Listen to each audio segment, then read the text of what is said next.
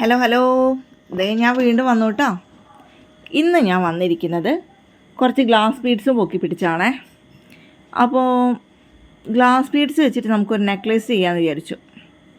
ദേ എൻ്റെ അടുത്തുള്ള ഗ്ലാസ് ബീഡ്സിൻ്റെ കുറച്ച് കളറുകളാണ് ഇത്. ഇനിയും ഉണ്ട് കേട്ടോ കുറേ. ഇതിൽ നമുക്ക് ഈ ഒരു ഡാർക്ക് നീല തിരഞ്ഞെടുക്കാം. ഈ ഡാർക്ക് നീല ഗ്ലാസ് ബീഡ്സ് വെച്ചിട്ട് നമുക്ക് ഒരു നെക്ലേസ് ഉണ്ടാക്കി നോക്കാം. ഇതേ അതിൽ നിന്ന് കുറച്ച് ബീഡ്സ് ഞാനിത് അവിടെ എടുത്ത് വെച്ചിട്ടുണ്ട്, ഗ്ലാസ് ബീഡ്സ് ബ്ലൂ കളറ്. അപ്പം നമുക്കിതിൽ 30 ബീഡ്സാണ് വേണ്ടത്.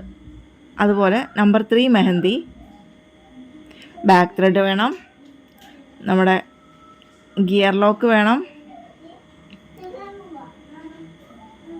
പിന്നെ ഗിയർ വയർ വേണം, പിന്നെ നമ്മുടെ പ്ലെയറും കട്ടറും വേണം. അപ്പം നമുക്ക് നേരെ മാല ഉണ്ടാക്കി നോക്കിയാലോ.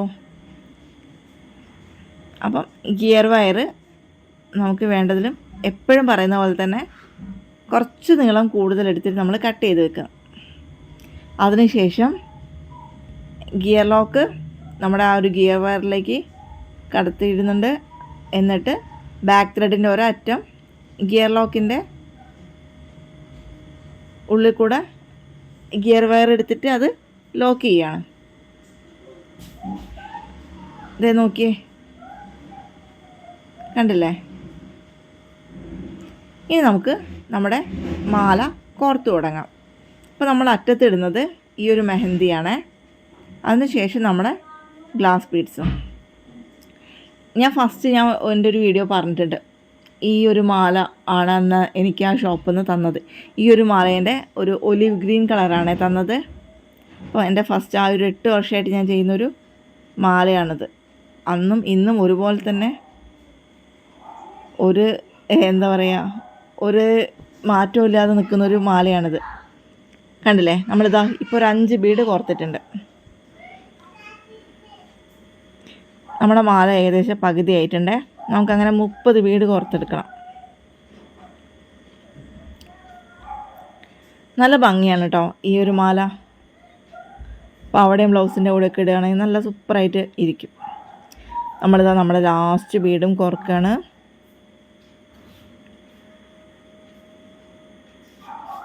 ഇനി നമുക്ക് കണ്ടില്ലേ, ഗിയർ വയറിൻ്റെ ലെങ്ത്ത് കുറച്ചധികമാണ്. അപ്പോൾ ആ ബീഡ്സൊക്കെ നമുക്ക് മാറ്റിയേക്കാം. ഇനി ബീഡ്സിൻ്റെ ഒന്നും ആവശ്യമില്ലല്ലോ. അപ്പോൾ നമുക്ക് ആ ലെങ്ത്ത് കുറച്ചൊന്ന് കുറയ്ക്കാം.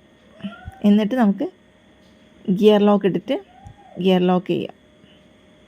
ബാക്ക് ത്രെഡിൻ്റെ ഒരു സൈഡ് നമ്മൾ ലോക്ക് ചെയ്തു. ഇനി നമ്മുടെ പ്ലെയർ ഉപയോഗിച്ചിട്ട് നല്ല രീതിക്ക് തന്നെ അതൊന്ന് നല്ല രീതിക്ക് വലിച്ച് കൊടുക്കിയിട്ട് ഒന്ന് പ്രസ് ചെയ്യാം.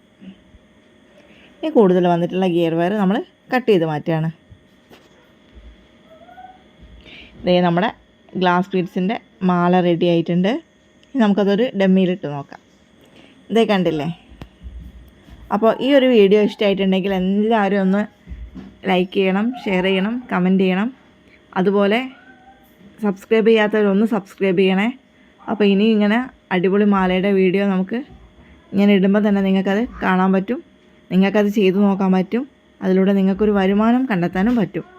Okay, bye.